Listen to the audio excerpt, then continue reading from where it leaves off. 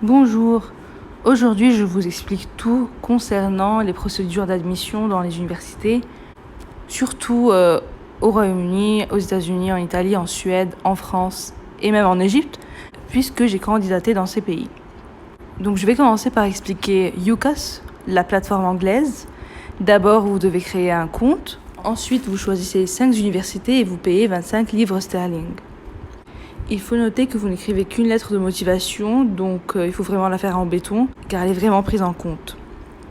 Vous aurez tout ce qu'il y a à remplir à gauche, ici.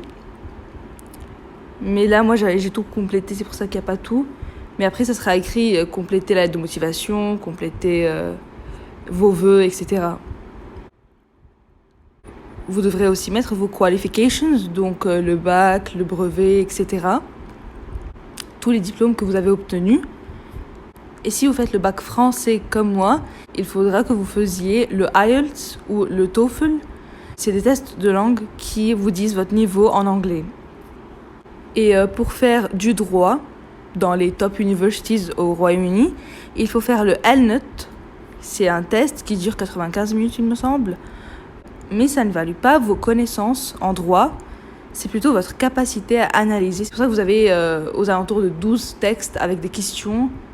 Et ensuite, vous devez choisir un essai à écrire parmi 3. Donc, voici le site officiel du LNUT, où vous allez choisir quand vous voulez faire le LNUT, dans quel centre, etc. Et où aussi vous payez les frais. Si je me rappelle bien, c'était 70-75 livres sterling. Voilà, vous avez des entraînements et tout, vous créez un compte. Et vous aurez tout ce qu'il faut faire et tout ce qu'il faut préparer. Pour UCAS, le dernier délai pour candidater en 2020, c'était le 15 janvier, donc vous vous en débarrassez tôt. Après, vous suivrez l'évolution de votre dossier dans la partie track. Vous recevez la décision de chaque université à partir du 15 février jusqu'au 21 mai. Et c'est uniquement lorsque vous avez la réponse de tout le monde que vous pourrez faire votre choix final. Et si vous n'êtes accepté à aucune université, vous pourrez faire un seul vœu supplémentaire. Maintenant, passons à Parcoursup. Vous faites votre recherche en novembre-décembre, donc dans le moteur de recherche de Parcoursup. Donc ici, dans les formations. Voilà.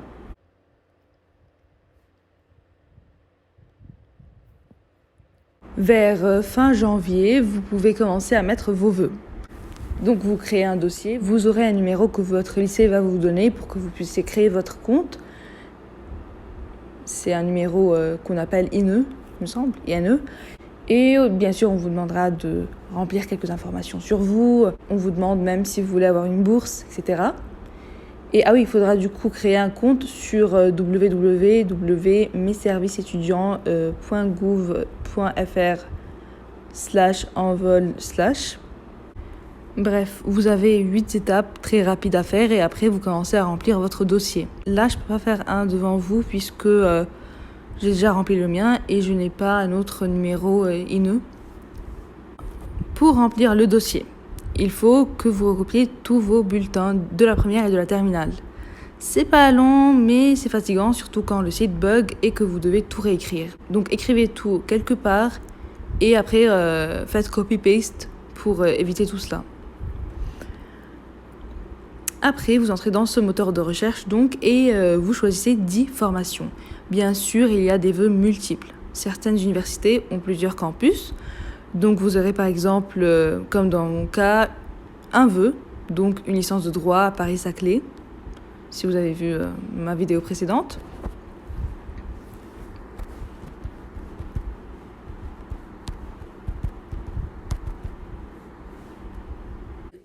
Donc voilà, vous avez un vœu, licence de droit à Paris-Saclay, et 2 sous-vœux au campus d'Orsay et au campus de Sceaux.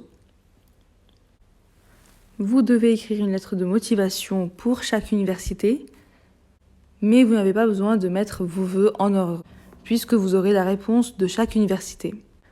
Vous aurez aussi à écrire une lettre qui servira à la commission d'accès à l'enseignement supérieur si vous ne recevez pas une proposition d'admission. Donc ce sera dans une rubrique qui s'appelle Mes préférences. Vous avez jusqu'à mi-mars pour faire cette étape. Après, vous recevrez les réponses fin mai. Cette année, c'était le 27. Pour les États-Unis, par contre, vous candidatez à chaque université séparément. Il n'y a pas de plateforme commune. Je dois dire par contre que les sites sont très clairs, il n'y a rien à craindre à propos de ça.